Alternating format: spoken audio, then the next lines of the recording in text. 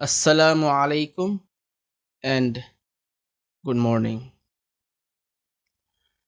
A few days ago, a few states and places were issued for MCO, restricting the people inside that area from traveling, even through interstate travels. This Eid Fitri.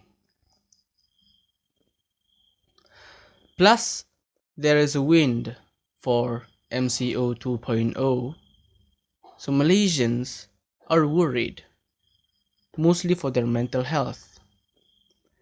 The first movement control order was issued for more than a year now, back in March 2020.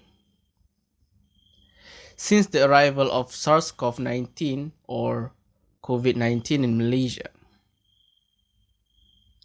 It was first believed to came from Wuhan province of China and are now have killed around 0.37% of all infected patients at the time of this speech was written.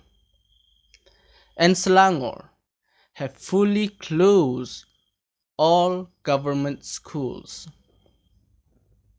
So the main question is, how does the people react when the MCO was first issued?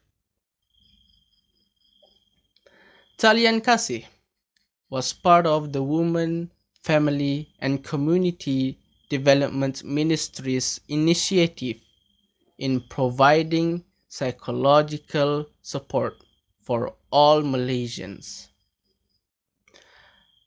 For the first month of MCO, the hotline received an increase of 57% in call frequency and are mostly women. Even frontliners experience mental health issues, from providing care to COVID 19 patients and all the death and drama of patients and personal life. So, at the time this speech was written, active cases are closing in to the 4,000 mark. Bazaar Ramadan, famous influences, interstate travel, jalan tikus or uncharted road travel, illegal immigrants, SOP violations, social gathering, and many more have contributed to a lot of cluster cases all over Malaysia. So I have read the news, looking into official government websites and studies that have been confirmed and written by professors and professional psychologists in search to the causes of that affect depression rate during MCO. So for today, I would like to talk about one of the reason to increase of depression rate in Malaysia during MCO. And one of it that is to force to live in a small unlivable home. According to a study back in 2011, back in 2017, the average house size of Malaysia are 1,264 square feet, and that is 117.43 meters square of space in Malaysia.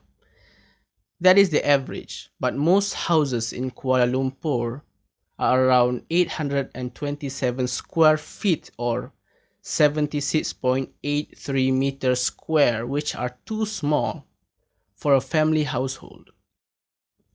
On a survey by Department of Statistics Malaysia, about 53.2% of all Malaysian households consist of more than 4 people per household.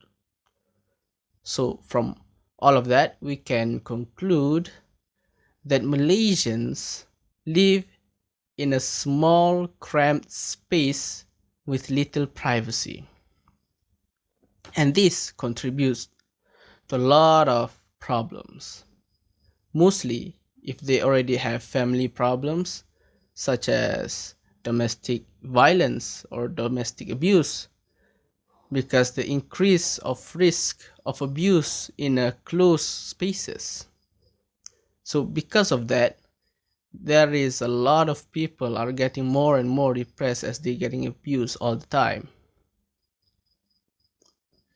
because they have no means of escape and they are trapped inside the house. There is a saying by Willie Geist, in a television personality and journalist in the US, once said, "Do whatever you want to do in the privacy of your own home." But how can someone do that even a lot of people when a lot of people are cramped in a small space?